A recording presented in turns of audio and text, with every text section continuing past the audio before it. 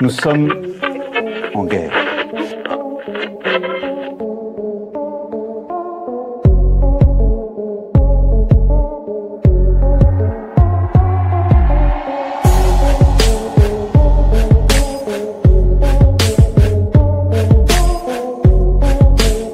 Si vous écoutez ce message, vous êtes la résistance. Bonjour tout le monde et bienvenue à notre rendez-vous hebdomadaire. Ici Samuel Grenier. Cette semaine, j'ai décidé d'inviter un bon ami à moi, Daniel Brisson. Bonjour Daniel, merci Eh beaucoup oui. d'être là. Bonjour Samuel, alors ça me fait plaisir d'être là et bonjour à tous les auditeurs qui nous écoutent. Et puis, nous sommes lundi, le 2 juin, et aujourd'hui, je voulais parler avec Daniel parce que Daniel est un homme politique. Tu te définis comme ça, c'est toi-même qui me l'as dit, Daniel. Tu t'es présenté d'ailleurs aux dernières élections. Explique-nous un peu le parti politique pour lequel tu revêtais les couleurs. Ben oui, exactement. Donc, on a eu une élection dite fédérale. Alors, au Canada, donc, tu as le Parlement, tu as le fédéral, tu as les provinces, et le fédéral, c'est le Canada au complet. Donc, comme candidat député pour le Parti populaire du Canada. Et un parti de droite taxé de populisme, mais populaire, mais aux idées, dans le fond, du bon sens. Aux idées de ramener le bon sens de tout ce qu'il y avait qui marchait tout croche actuellement, surtout en Amérique du Nord, mais au Canada, avec la dérive, on peut dire une dérive sectaire du wokisme, dépensière, anti-peuple. On a vu l'épisode, évidemment, de la COVID qu'il y a eu avec des mesures totalitaires. Donc, nous luttions pour ça et c'était ma troisième élection pour ce parti-là, Parti populaire du Canada. Et je me suis présenté dans la capitale de la province de Québec, Québec-Centre même. Donc, on a fait une campagne qui a été relativement courte, ça a passé très vite, 36 jours. Mais justement, parlons un peu du Parti populaire du Canada parce que c'est un parti qui est sous-représenté dans les médias. Ce n'est pas un parti qui a une facilité à obtenir de la visibilité. Et donc, c'est à tous et chacun d'en parler. Et aujourd'hui, si on pouvait un peu résumer vos positions par rapport à, je veux dire, à l'économie puis à l'immigration, si tu pouvais nous en parler rapidement. Oui, alors absolument. Donc, le chef, c'est Maxime Bernier. Peut-être que vous en avez entendu parler ou pas. Et il a fait d'ailleurs des interventions avec Tucker Carlson aux États-Unis, même durant la campagne. C'est drôle parce que les médias, ils essaient de bloquer le message des partis de ce sens-là. Donc, c'est un parti qui veut ramener une économie plus saine à la base. Hein. On parle de réduire les impôts, vraiment. C'est dans notre programme. On l'a même expliqué durant la campagne. Un très petit gouvernement. Oui, Donc, oui. Responsabilité individuelle, équité, respect. Et respect des peuples, respect de la Constitution canadienne qu'on a déjà, qui est un peu, qui a été bafouée souvent. Et vous savez, dans notre Constitution canadienne, on est basé sur un parlementarisme britannique avec une Constitution gérée par la reine, si on peut dire, à quelque part, la monarchie britannique, à quelque part, chapeau ça. Et il y a des partages de pouvoir, de responsabilités entre les provinces et fédérales. Et au fil du temps, bien, le fédéral a empiété énormément sur les provinces, comme ça s'est fait un peu aux États-Unis tranquillement, mais aux États-Unis, ils ont des mécanismes pour bloquer ça plus facilement. Il y a une séparation des pouvoirs différente qu'on n'a pas. Et je tiens à rappeler que par rapport, par exemple, à la France, nous n'avons pas de président. Nous n'élisons pas notre premier ministre d'ailleurs. Hein? Alors, nous élisons un genre de collège de députés, si vous voulez, qui désigne de facto le premier ministre qui se ramasse souvent, par défaut, le chef du parti. Mais nous n'avons pas sur le bulletin de vote, voici le choix du premier ministre. Nous n'avons pas de président non plus. Donc, c'est notre structure actuelle. Donc, les positions du parti qu'on a aussi, évidemment, une économie, plus petit gouvernement, donc rapetisser beaucoup de choses, enlever l'interventionnisme de l'État. Donc, je sais que c'est un domaine très controversé. Des gens veulent plus d'intervention dite sociale des gouvernements, comme en France, vous l'avez beaucoup actuellement, pour régler toute la vie, mais c'est trompeur. C'est un piège, un gros piège à ours. Vous pourrez même dire un piège à éléphant, dans lequel les populations se ramassent là-dedans. Le Canada fait partie de l'OTAN, du NORAD et une structure nord-américaine avec notre partenaire américain, les États-Unis, principalement. Mais supposé, ça amène une relation différente aussi par rapport à ce que vous avez en Europe. Vous avez l'Union européenne qu'on n'a pas ici. Donc, ça, c'est une dynamique. Autre chose qui nous différencie, et ça, vous allez le comprendre, l'immigration. L'immigration de masse Maxime Bernier l'a dénoncé dès 2018. Ça lui a valu d'être taxé de raciste, hein, évidemment, de populiste, discours populiste. Mais là, le Canada, bien, il est emmerdé finalement royalement, sans jeu de mots, Oui, et ça a avec des l'immigration impacts. de masse. Ben oui. Et ça a des impacts, entre autres, pour le Québec, qui voit sa pondération, c'est-à-dire sa représentation à l'intérieur du Canada diminuer d'année en année, puisque plus d'immigrants arrivent, des gens qui parlent autre langue que le français pour beaucoup, fait en sorte que la représentation du Canada, c'est-à-dire son poids démographique à l'intérieur du Canada, diminue. On avait même pensé que c'était une stratégie pour anéantir, faire disparaître l'importance du Québec à l'intérieur même du Canada. Depuis janvier, tu me racontais tantôt, avant Ouais. qu'on débute, qu'il y avait 817 000 nouveaux arrivants depuis janvier au Oui. Canada sur une population de 40,quelques millions. Ben, 40,1 millions, 40,2, on a les données de 2023. Donc, Oui. si on s'imagine 40 millions pour faire un chiffre rapide, c'est énorme là, en termes là, d'immigration. Ben oui. Ça a des impacts pour les Canadiens et les Canadiennes parce qu'on se retrouve à manquer en termes d'infrastructures. On manque d'écoles, de garderies, on manque également de logements, ce qui va pousser à la hausse le coût des maisons et le coût de chacun des logements disponibles. Quand il y en a de disponibles, ça a eu de l'impact, ça. Oui, impact majeur social. Et c'est une tromperie qui était faite aussi en accord avec des grandes corporations, des fois, qui disaient on a besoin de main-d'œuvre, on a besoin de main-d'œuvre, il faut importer des gens, il faut importer des gens. Et qu'est-ce qu'on se rend compte? La plupart de ces immigrants-là, désolé, n'iront pas travailler. Mais il y en a quand même suffisamment nombreux qui y vont.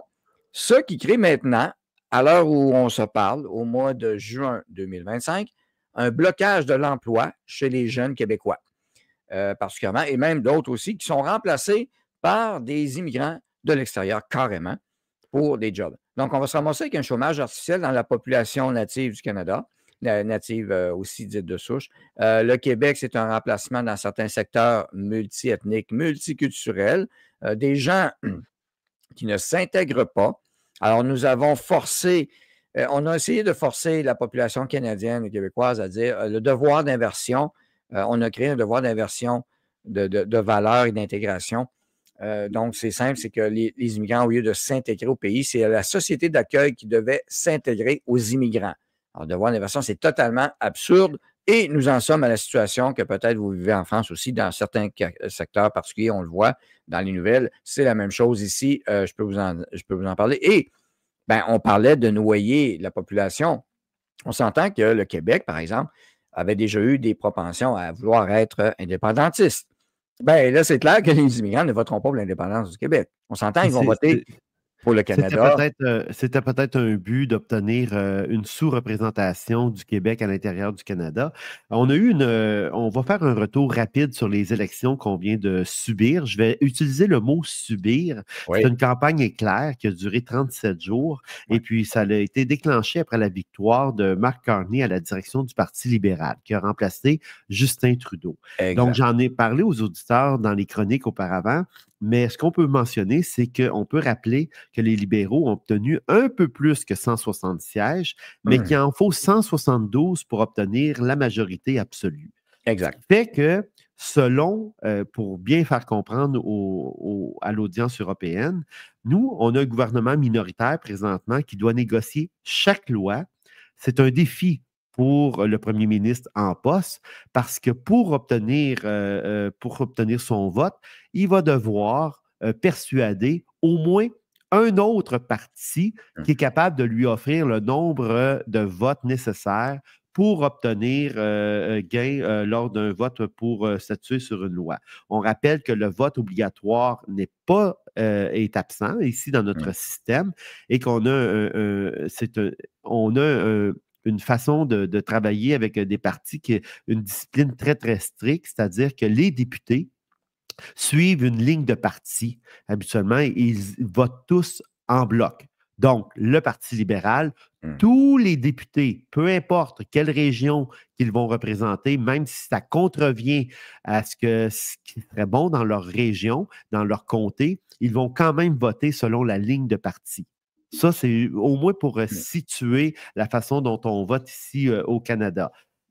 Donc, avec les menaces dont tu parlais, au niveau de l'économie, au niveau de l'immigration, au niveau de nos accords avec le marché américain, pourquoi les Canadiens, selon toi, ont choisi Mark Carney, qui est le premier chef d'un gouvernement du G7, qui a dirigé une banque centrale hors de son pays?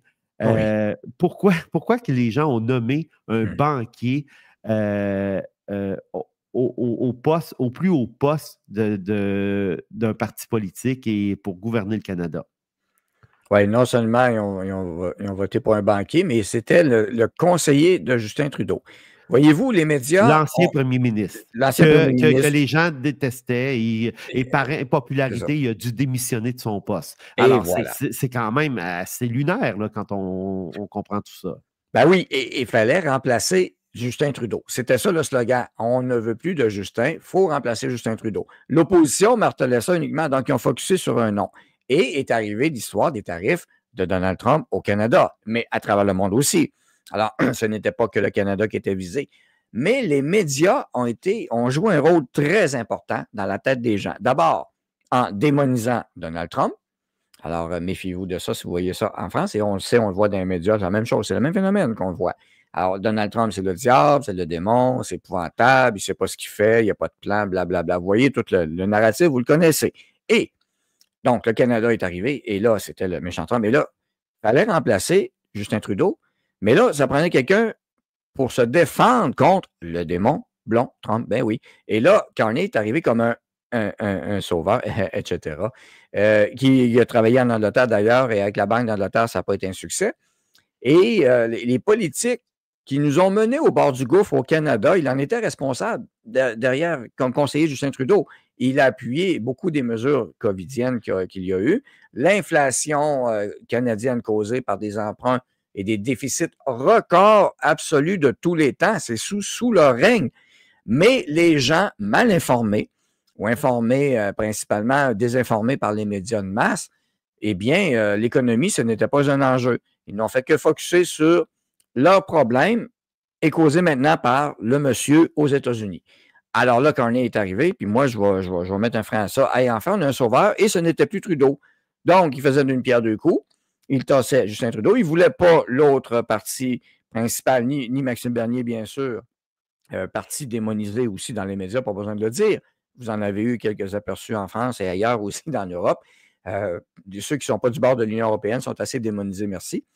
Mais aussi, vous avez vu donc le Parti conservateur du Canada, qui progressiste pas mal, ben Poilievre a été associé le chef a été associé à Trump. Et là, les gens ont fait l'association à moi, je ne veux pas Trump, donc je ne veux pas lui, donc je vais aller de l'autre bord. Je vais voter pour Carney. Et le Québec a voté massivement pour quelqu'un qui ne parle même pas français, ou à peine, qui baragouine.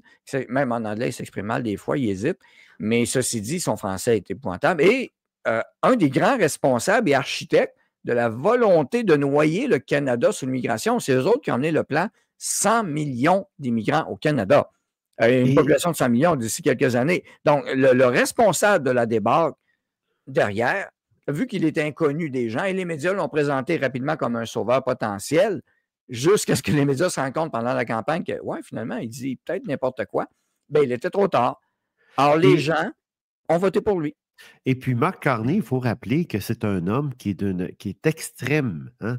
Au niveau climat, c'est un extrémiste. Là. Ah oui. Lui, il veut réellement réaligner l'économie canadienne en fonction de tous ces mensonges-là qu'on entend au niveau de la crise climatique qui serait causée par l'homme. Donc, il va en profiter pour réaligner cette production-là, pour cette économie-là, afin de la rendre plus verte, de récompenser certaines entreprises et d'offrir à des entreprises qui embarquent dans ce narratif-là de l'accès à des capitaux. Et puis, quitte à fermer certaines entreprises qui ne respectent pas cette idéologie-là. Donc, on connaissait les raisons de notre misère. Nous savions que nous avions une inflation qui était, dans certains, hors contrôle. Nous savons également que nous sommes impactés par les logements, par l'offre de logements qui n'augmente pas aussi vite que la croissance de la population. On avait un setup, on avait un tableau qu'on était capable de dresser. Les gens ont quand même choisi quelqu'un qui n'aidera pas les Canadiens là, pour les prochaines années, qui a décidé, il est même d'accord avec le fait que ça pourrait mal aller pour certaines entreprises, quitte à ce qu'elles ferment, parce que selon lui, il y aura une réallocation, une relocalisation des emplois, etc. Donc, c'est un homme, c'est un mondialiste. Il faut l'expliquer comme ça, là, c'est un mondialiste. Oui, et ça, c'est l'erreur de la dite droite économique qui qui hésite à parler des vraies choses, comme tu as mentionné, Samuel. Le World Economic Forum, Forum économique mondial, oui, Mark Carney, il en est membre, mais fier membre à part ça, et ne s'en est jamais caché, et il l'a assumé pleinement, alors que les autres partis, la droite molle qu'on appelle, focus beaucoup sur les chiffres, hein, l'économie, ça coûte cher. C'est pas ça le débat, l'enjeu. L'enjeu, c'est pas que la bourse de carbone ou la taxe de carbone coûte cher, c'est le fait de l'imposer au nom d'une idéologie qui est une arnaque à la base. L'arnaque climatique, il faut appeler ça comme c'est, là. Alors, personne n'ose remettre ça en question. Et les grands partis, mis à part le Parti populaire du Canada qui veut qu'on sorte de l'accord de Paris, vous m'entendez bien, on a un parti au Canada qui veut sortir le Canada de l'accord de Paris, qui est une fumisterie, un détournement de fonds, au nom de l'idéologie communiste verte, et qui taxe par en dessous, de façon hypocrite, les peuples et les payeurs et les vrais contribuables. Et on ne sauvera pas la planète. Lorsqu'en plein débat dans cette campagne, j'ai expliqué aux gens que la dite bourse de carbone ou taxe de carbone, c'est une taxe à la pollution, et que j'ai dit que lorsqu'une tonne d'aluminium est produite, ben, on a mis, comme au Québec, par exemple, sur chaque tonne, on met au-dessus de 100 $ par tonne produite d'aluminium. Ben, cette tonne-là, l'aluminerie a émis, ces GES, elles ont été émises pareil. Et lorsque la province d'Ontario impose une taxe de carbone fédérale sur son transport et que nous, on fait venir quelque chose de là-bas, eh bien, la facture est refilée au consommateur. Et le transport a émis les GES. Donc, vous voyez, c'est une arnaque. On ne sauvera ni la planète avec des taxes, on ne changera pas le climat. Ce n'est pas du tout la façon de faire. On tient à rappeler que la Chine, les États-Unis, l'Inde, et finalement, et la Russie, les grands pollueurs de cette planète ne font pas partie de cela. Et malgré tout, ils utilisent la science pour essayer de réduire ça au maximum, les émissions de GES. Mais les GES, on tient à rappeler que si on parle d'arnaque climatique, le principal gaz à effet de serre de la planète Terre, ce n'est pas le CO2, c'est la vapeur d'eau. C'est la vapeur d'eau. De focusser sur le CO2 et tous les plans que vous allez entendre, vous l'entendez en France aussi, hein, le plan de décarbonation, c'est une arnaque en soi. Donc, il faut attaquer cela, il faut le dire, et il faut dénoncer les rapports du GIEC aussi, qui sont frauduleux depuis des années, voir le scandale des emails qui était sorti à l'époque. Mais bref, il faut attaquer la racine du mal, les idéologies mensongères qui amènent les peuples à accepter des politiciens qui vont les taxer au nom d'une fausse vertu. En terminant, Mark Carney a décidé que on va avoir prochainement, là, cet automne, une mise à jour économique. Espérons un budget, mais ça sera plutôt présenté sous forme de mise à jour économique, ce qui est très particulier pour un banquier qui n'est pas en mesure de produire un budget alors même qu'il est élu, alors que ça devrait faire partie de son ADN. On parle, il veut souder le pays. On sait qu'il veut verdir la croissance, mais il veut également réarmer l'Alliance Atlantique. Il aimerait beaucoup, beaucoup faire affaire avec l'Europe, entre autres. Donc, quel impact que ça peut avoir en 30 secondes cette idée de faire des affaires en traversant l'Atlantique plutôt qu'aller vers notre partenaire légitime, notre partenaire commercial le plus important, les États-Unis. Oui, alors le Canada a un accord commercial, hein, l'accord économique et commercial global avec l'Europe et qui est déjà en marche depuis quelques années, qui fonctionne quand même. Il y a des liens qui se font de plus en plus d'affaires avec l'Europe, ce qui est une bonne idée en soi. C'est très bien. C'est excellent. Mais on ne peut pas tout remplacer non plus le transport de camions qu'on peut avoir à faible coût versus le transport par bateau qui est pollueur aussi, qui est plus lent, qui coûte plus cher aussi. Parce que la devise du Canada versus l'euro, on n'est pas avantagé du tout. Cependant, il est très bon et très, très souhaitable qu'on ait plusieurs fournisseurs. Mais faut-il le rappeler, notre principal partenaire commercial demeure les États-Unis. Merci beaucoup, Daniel, d'avoir participé à ma chronique cette semaine. Est-ce qu'on peut rappeler aux gens où tu te retrouves sur YouTube? Oui, alors, très simplement, c'est sur la chaîne YouTube FNL Freedom News. Vous allez trouver ça rapidement. Alors, vous pouvez faire une Chaque recherche jour, tu FNL. nous parles de politique, tu nous parles entre autres de la météo, de certains, du climat. Tu nous parles vraiment, chaque jour, tu tiens une chronique sur tes chaînes. Merci Oui, beaucoup, Daniel, d'avoir été avec nous. Mon nom est merci Samuel bien. Grenier. Je vous rappelle que je suis disponible également sur YouTube, ma chaîne Samuel Grenier. C'est tout pour cette semaine. Je vous donne rendez-vous la semaine prochaine. Bonjour.